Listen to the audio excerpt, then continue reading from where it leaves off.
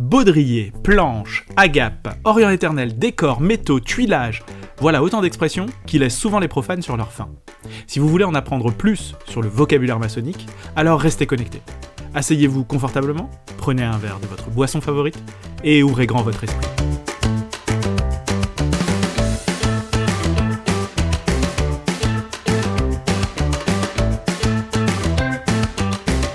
Imparfait, c'est le podcast qui vous fait découvrir la franc-maçonnerie de l'intérieur. Chaque épisode est pour moi l'occasion de vous en apprendre un peu plus sur ce que c'est, mais aussi de vous expliquer à quoi cela me sert au quotidien. Oui, je suis franc-maçon et dans ce podcast, je vous propose de poursuivre notre exploration du vocabulaire maçonnique. Rien de ce qui est dit dans ce podcast ne trahit de secret. Mon seul but est de permettre aux auditeurs qui ne sont pas francs-maçons d'avoir les notions de base qui leur permettront de comprendre les épisodes qui aborderont les notions maçonniques en utilisant le vocabulaire propre à notre culture. J'espère que cet épisode pourra aussi être utile pour les apprentis et les compagnons qui veulent réviser ou qui se posent des questions sur certains mots ou certaines notions. Au programme de ce 4e épisode, je vous propose d'évoquer les notions en lien avec les tenues et celles en rapport avec le franc-maçon. Vous vous apprêtez à entrer dans ma tête, alors bienvenue. Je vous propose qu'on commence par les notions propres à la tenue. On en a parlé, la tenue c'est la réunion pendant laquelle se réunissent les francs-maçons. Dans une tenue, il y a, pour commencer et pour terminer cette tenue, ce que l'on appelle l'ouverture et la fermeture des travaux. Ce sont deux moments du rituel qui débutent et qui terminent toutes nos réunions.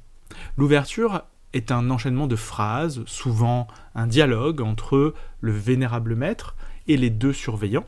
Pour ceux qui n'ont pas le vocabulaire, reportez-vous à l'épisode précédent. Et associé à ces phrases et à ce dialogue, une série de déplacements qui permettent de mettre la loge, l'ensemble des frères et des sœurs, en place et de préparer tout le monde au travail qui va avoir lieu ensuite. C'est une sorte de moment de concentration qui rappelle à tout le monde pourquoi nous sommes réunis dans le lieu dans lequel nous sommes.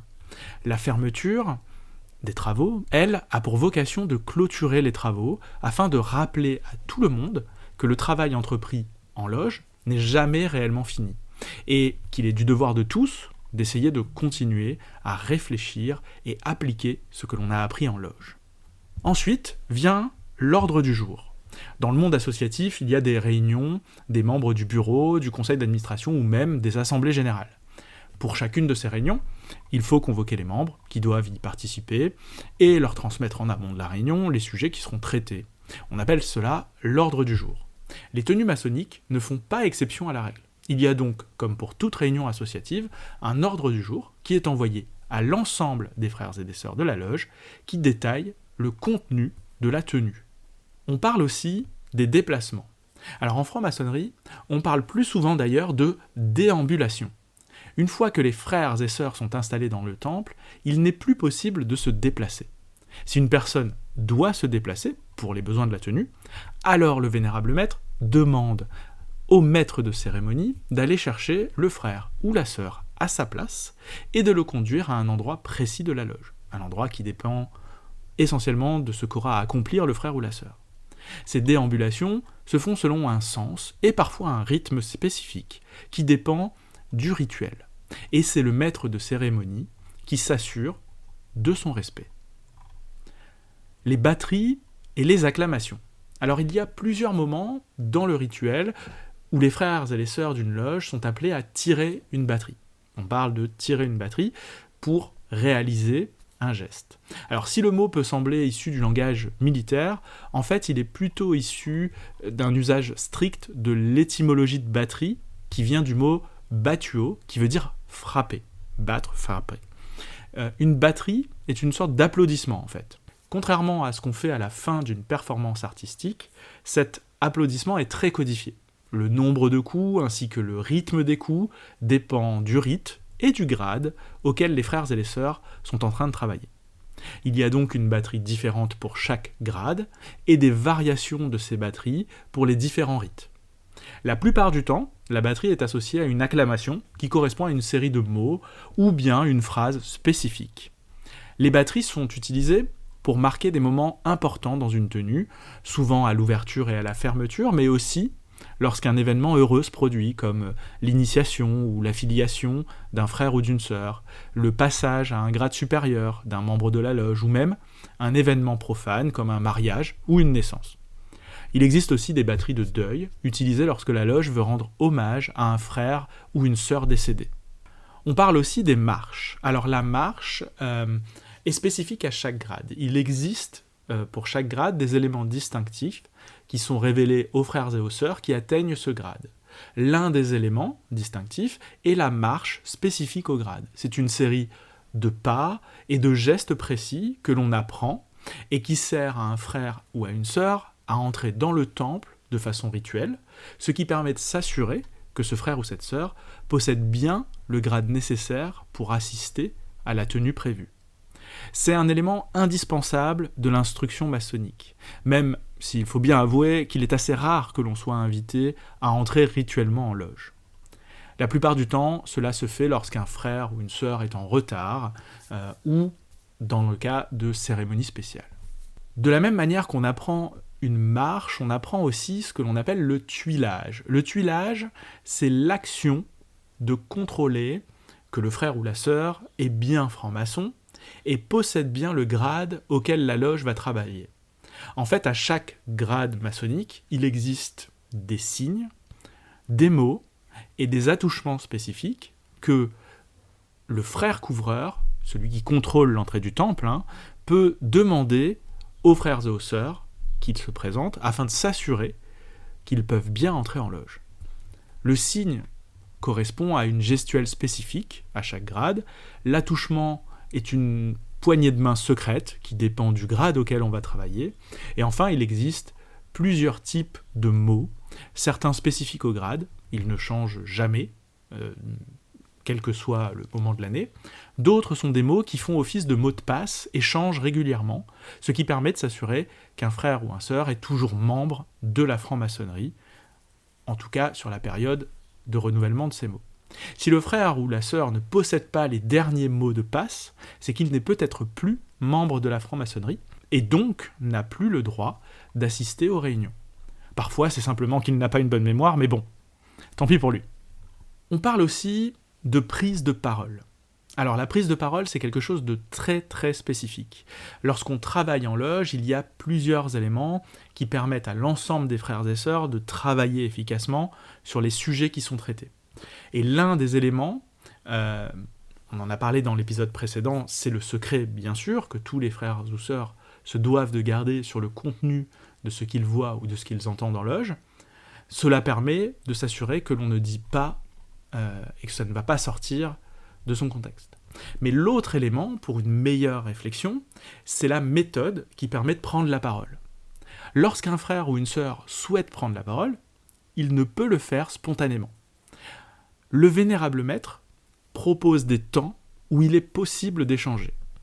Et pendant ces temps, chaque frère ou chaque sœur qui souhaite s'exprimer doit demander la parole à l'aide d'un geste spécifique au surveillant de sa colonne. Je vous renvoie à l'épisode précédent pour la définition d'une colonne et du mot surveillant. Le surveillant signale alors au vénérable maître qu'il y a une ou plusieurs demandes de parole, et le vénérable maître décide d'accorder la parole avec ou sans consigne spécifique.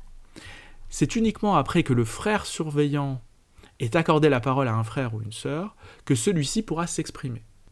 Cette séquence a un effet régulateur sur les prises de parole et permet d'éviter les réactions à chaud. Chaque membre aura le temps de réfléchir complètement à ce qu'il souhaite dire avant de se voir accorder la parole. Cela a pour objectif de garantir des échanges plus constructifs. On ajoute à cela le fait qu'une fois qu'un frère ou qu'une sœur a la parole, il ne pourra plus être interrompu jusqu'à ce qu'il annonce qu'il ait terminé sa prise de parole. De cette manière, chaque franc-maçon sait qu'il pourra développer son propos sans risquer d'être interrompu dans sa réflexion ou son argumentation. Enfin, lorsqu'un franc-maçon prend la parole sur un sujet, il est de rigueur de ne pas demander la parole plusieurs fois sur le même sujet. Alors, selon les rites, selon les rituels, il arrive que l'on dise qu'on ne prend la parole qu'une seule fois sur un sujet, ou 2 fois maximum, mais dans tous les cas, la parole doit être entière au moment où on la prononce, ce qui évite de rentrer dans un système de débat. Ça oblige les frères et sœurs à développer l'ensemble de leur réflexion jusqu'au bout, et donc ça évite qu'il y ait des rebonds de conversation et des ajouts ultérieurs. Dans une tenue, en général, on a ce que l'on appelle des planches. Les planches, c'est finalement ce qui représente le travail en loge. On dit qu'un franc-maçon, lorsqu'il présente son travail en loge, il planche, cela vient du verbe plancher, et plancher, ce n'est rien d'autre que réfléchir et rédiger un travail sur un sujet qui peut être en lien avec la franc-maçonnerie, par exemple un mythe, un symbole, un décor, ou un élément du rituel, ou dans certaines obédiences, la possibilité de traiter de sujets de société. Le travail qui est demandé aux francs-maçons n'est pas un travail académique ou professoral, comme on pourrait le trouver à l'école ou à l'université. Le but, ce n'est pas d'enseigner aux autres francs-maçons une sorte de vérité, c'est plutôt un travail qui rend compte de la réflexion du frère ou de la sœur qui présente son travail. Le but, c'est de partager avec les membres de la loge notre réflexion, ce que l'on a appris, compris, et comment cela nous semble utile dans notre vie, qu'elle soit maçonnique ou profane. Ce travail prend la forme d'un écrit, il est appelé planche, et à l'issue de sa lecture en loge, il y a très souvent un temps d'échange qui permet aux membres de la loge de poser des questions ou de compléter le travail présenté afin d'aider le frère ou la sœur à continuer sa réflexion, à poursuivre finalement le travail qu'il a initié. À la fin de la tenue, il y a un moment particulier où le maître de cérémonie et l'hospitalier présentent à chaque membre de la loge 2 troncs, ce que l'on appelle des troncs, ça peut être un sac ou une boîte, le tronc de la veuve et le sac aux propositions. Alors le tronc de la veuve, c'est un peu, alors là je vais pas me faire que des amis, c'est un peu l'équivalent de la quête à la messe. En fait les frères et sœurs mettent dans la boîte ou le sac de l'hospitalier, que l'on appelle le tronc de la veuve, un peu d'argent. La somme récoltée, à chaque tenue, est appelée une pierre plate, et son poids en kilos correspond à son montant en euros. Cet argent, en fait, est utilisé par l'hospitalier pour aider les frères et sœurs qui ont des difficultés financières ou des difficultés de santé. En fait, chaque membre de la loge peut contacter l'hospitalier pour lui demander de bénéficier de son aide, et cela en toute discrétion, c'est-à-dire que personne d'autre que l'hospitalier et lui ne sauront qu'il a fait appel à cette aide. Cette aide, elle peut être financière, bien entendu, grâce au tronc, mais elle peut aussi être j'ai envie de dire physique, par exemple des démarches administratives ou médicales qui peuvent être faites grâce à l'aide de l'hospitalier par exemple. Il s'avère que le sac qui est proposé par l'hospitalier, ou la boîte, peu importe, qu'on appelle le tronc de la veuve, peut aussi être utilisé à des fins d'aide pour des associations caritatives.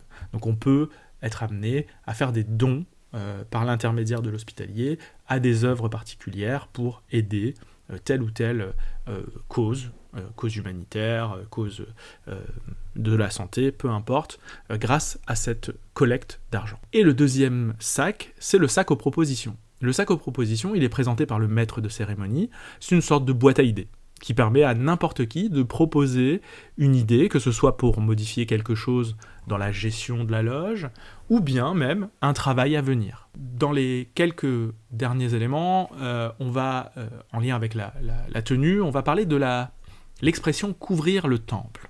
Alors couvrir le temple, c'est quand au cours d'une tenue, on souhaite pouvoir sortir. Comme je vous l'ai dit précédemment, lorsque l'on est installé dans le temple, les frères et sœurs ne peuvent plus se déplacer librement. Et donc, ils ne peuvent pas sortir tant que la tenue n'est pas terminée. Si vous avez écouté l'épisode précédent, vous savez que le frère couvreur, un des officiers de la loge, s'assure au début des travaux que le temple est bien fermé et que personne ne pourra rentrer et perturber le déroulement des travaux. On dit à ce moment que le temple est couvert. Mais lorsque l'on veut sortir du temple, avant la fin de la tenue, comment faire ? Eh bien, c'est finalement assez simple. Il suffit d'interpeller le surveillant de sa colonne afin d'obtenir la parole, puis ensuite de demander au vénérable maître de pouvoir couvrir le temple. Cette demande, une fois acceptée, va conduire le maître de cérémonie qui, nous l'avons vu un peu plus tôt, se charge des déambulations, accompagnera le frère ou la sœur à la porte du temple, accompagné du couvreur, celui-ci ayant pour mission de refermer les portes derrière lui et de s'assurer que personne ne pourra perturber la suite de la réunion. Toutes les tenues, une fois terminées, se poursuivent par des agapes.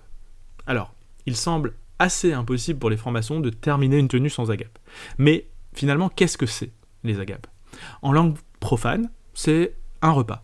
Et donc, après chaque tenue, les frères et les sœurs sont invités à partager un repas pour entretenir des liens de fraternité, mais aussi pour prolonger les échanges dans un cadre moins formel.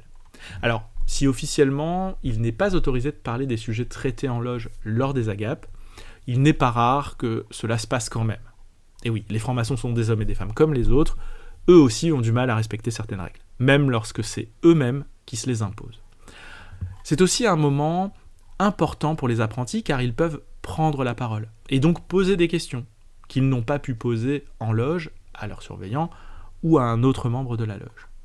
Il existe aussi quelques moments dans l'année où le repas est aussi l'occasion d'une tenue avec un rituel. Nous appelons ça des travaux de table, et les plus connus ce sont ceux de fin d'année, que nous appelons le banquet d'ordre. Un moment festif qui se déroule en suivant un enchaînement de gestes, de dialogues, de planches et de chansons qui ponctuent les différents plats du repas. Je vous propose de passer maintenant aux notions propres aux francs-maçons. Alors, pour les notions qui sont propres aux francs-maçons, on va démarrer par quelque chose qui fait partie de la tenue du franc-maçon, à savoir les décors. Comme pour le temple, les frères et sœurs sont eux aussi habillés de décors spécifiques. Ce que nous appelons les décors, ce n'est rien d'autre que la tenue que nous devons porter pour participer aux travaux. En dehors des vêtements profanes que nous portons, les apprentis et les compagnons portent un tablier et des gants blancs. Les maîtres, eux, portent un tablier de couleur, des gants blancs et parfois un cordon. On reviendra sur cette expression juste après. La couleur du tablier et du cordon des maîtres dépend du rituel qu'ils pratiquent dans sa loge. Ces deux éléments peuvent être brodés de symboles comme l'équerre, le compas, le soleil, la lune, les étoiles ou tout autre symbole utilisé en franc-maçonnerie. Dans certaines loges, la tenue profane qui est portée est imposée par le règlement de la loge. Dans certaines loges masculines, c'est costume sombre, chemise blanche et cravate sombre obligatoire. Dans certaines loges féminines, une longue robe noire peut être imposée. Dans certaines loges, le port de l'épée et ou d'un chapeau est imposé aux membres. Enfin, il peut ne pas y avoir de recommandation du tout. Le tablier. Si vous allez sur Google, vous trouverez beaucoup d'images de tabliers maçonniques. Ce n'est pas vraiment un tablier de cuisine, c'est plutôt un héritage des tailleurs de pierre, qui portaient un tablier pour se protéger des éclats de pierre, qui pouvaient les blesser lorsqu'ils taillaient les blocs à l'aide du maillet et du ciseau.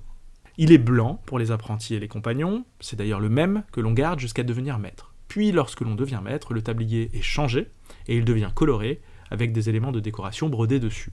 S'ajoutent à ce tablier les gants. Ils sont blancs et ils doivent le rester. Ce qui n'est pas toujours évident car c'est pas la couleur la moins salissante. Ils sont mis au début de la tenue et ils sont enlevés à la fin, c'est un élément qui nous permet de nous rappeler qu'une fois en franc-maçonnerie, nous sommes tous égaux face à nos devoirs. Et pour les maîtres, j'en ai parlé tout à l'heure, on parle de cordon, on ajoute un cordon. Alors on appelle ça aussi un baudrier. Si on devait le décrire, ça ressemble à une écharpe de miss ou de mère, c'est vous qui voyez, et il peut être de couleur bleue la plupart du temps, avec des symboles brodés au fil d'or. Et seuls les maîtres portent ce cordon.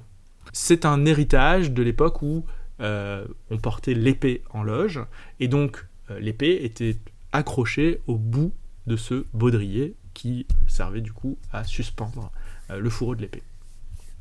Et donc, bien sûr, il existe certaines loges dans lesquelles on porte l'épée. À certains rites, les frères portent une épée. Il arrive aussi que pour certaines cérémonies, certains francs-maçons soient équipés d'épées. Si ces épées étaient vraies initialement, ce sont plutôt aujourd'hui des épées de cérémonie.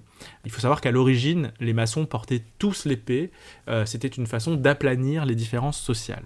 Pour les maçons, on parle aussi d'âge maçonnique. Alors l'âge maçonnique, c'est l'âge symbolique qu'ont les apprentis, les compagnons et les maîtres. À chaque fois que l'on atteint un nouveau grade, le frère ou la sœur découvre son nouvel âge symbolique, qui ne changera que lorsqu'il changera de nouveau de grade, quel que soit le temps qui s'écoulera entre le changement. On parle aussi d'Orient éternel. Alors lorsqu'un franc-maçon décède, il est de coutume de dire qu'il est passé à l'Orient éternel. Chaque année, les loges organisent une tenue du souvenir en hommage aux frères et aux sœurs passés à l'Orient éternel. À chaque tenue, il y a un moment pour penser aux frères et sœurs décédés, afin qu'on se rappelle le plus longtemps possible de ce qu'ils ont pu apporter à la loge. On parle aussi de métaux. On parle des métaux pour tout ce qui peut encombrer les frères et sœurs à accomplir leur travail. Ainsi, lors de l'initiation, on demande aux futurs initiés de laisser leurs métaux physiques à l'extérieur du temple. Ils laissent donc leurs objets métalliques, comme les lunettes, les ceintures, les téléphones portables, l'argent, à un frère ou une sœur qui leur restituera à la fin de l'initiation. Ce dépouillement des métaux a vocation à faire comprendre au nouvel initié qu'il devra dorénavant venir en tenue sans ces métaux spirituels. Il va devoir s'évertuer à laisser à l'extérieur les soucis du quotidien, les préoccupations du travail, ainsi que les rancœurs qu'on pourrait avoir. Le but est de se présenter en loge en pleine capacité de travailler et d'interagir avec les frères et sœurs présents. Alors pour finir, je vous propose de faire un point sur les statuts qu'un franc-maçon peut avoir. Alors, en effet, la grande majorité des francs-maçons sont actifs, ils ont un statut actif, et donc ils sont présents lors des tenues. Mais il existe, pour certains francs-maçons, la possibilité de demander ce que l'on appelle un congé. Cette procédure est utilisée lorsqu'un frère ou une sœur ne peut plus pratiquer la maçonnerie pendant un temps relativement long, que ce soit pour des raisons d'éloignement géographique ou d'indisponibilité due au travail ou à la famille. Le congé doit être motivé par un courrier et la loge votera ensuite pour savoir si elle accepte la demande de congé ou non. Si un franc-maçon ne souhaite plus être franc-maçon, alors il lui suffit de présenter sa démission. On peut être démissionnaire. Un simple courrier, adressé au vénérable, permet de présenter sa démission en loge. Une fois que le frère ou la sœur est à jour de sa cotisation, alors il ne fait plus partie de la franc-maçonnerie. Cette démission est tout à fait réversible. Si le frère ou la sœur souhaite revenir, il lui suffit simplement d'adresser un courrier. Il n'aura pas à être à nouveau initié et il pourra retrouver le chemin de la loge. Si un franc-maçon ne respecte pas le règlement général, à savoir les statuts, alors il risque, dans certains cas, la radiation de la franc-maçonnerie. C'est le cas lorsqu'un franc-maçon n'est pas suffisamment présent en tenue, lorsqu'il ne paye pas sa cotisation ou qu'il est jugé coupable dans le monde profane. Une fois radié, il ne sera pas possible de revenir en franc-maçonnerie, même dans une autre obédience. Enfin, dernier statut, lorsqu'un frère ou une sœur en maçonnerie a plus de 15 ans d'ancienneté, il peut demander ce que l'on appelle un honorariat. Le fait d'être membre honoraire permet d'être dispensé de participer aux travaux. Parfois, cet honorariat peut aussi porter sur le paiement de la cotisation, mais uniquement si l'atelier vote son acceptation. C'est le plus souvent pour des raisons de santé que les frères ou les sœurs demandent un honorariat. Ainsi, ils peuvent continuer à venir lorsqu'ils sont suffisamment en forme, et pour les grandes occasions, et évitent de venir à l'ensemble des tenues pour se reposer ou simplement gérer leur état de santé. Voilà, je pense avoir fait le tour, abordé les expressions les plus importantes, et j'espère sincèrement que cela vous aura intéressé ou que ça vous sera utile. S'il vous reste une ou plusieurs expressions sur lesquelles vous avez encore des questions, n'hésitez pas à me les poser en commentaire sur YouTube ou Facebook, je me ferai un plaisir d'y répondre. Ce 4e épisode touche à sa fin. Et si vous avez envie de continuer l'aventure avec moi, je vous invite à vous abonner à ce podcast sur votre plateforme préférée et à me suivre sur Facebook et YouTube pour être notifié du prochain épisode. Celui-ci aura pour thème « L'initiation maçonnique, à quoi faut-il s'attendre ?» Merci d'avoir écouté cet épisode jusqu'au bout. Si ce podcast vous plaît, faites-le connaître autour de vous en le partageant sur les réseaux sociaux et en me laissant un commentaire sur votre plateforme de podcast favorite. C'était Monsieur V, je vous dis à très vite pour le prochain numéro et n'oubliez pas de prendre quelques minutes pour penser mieux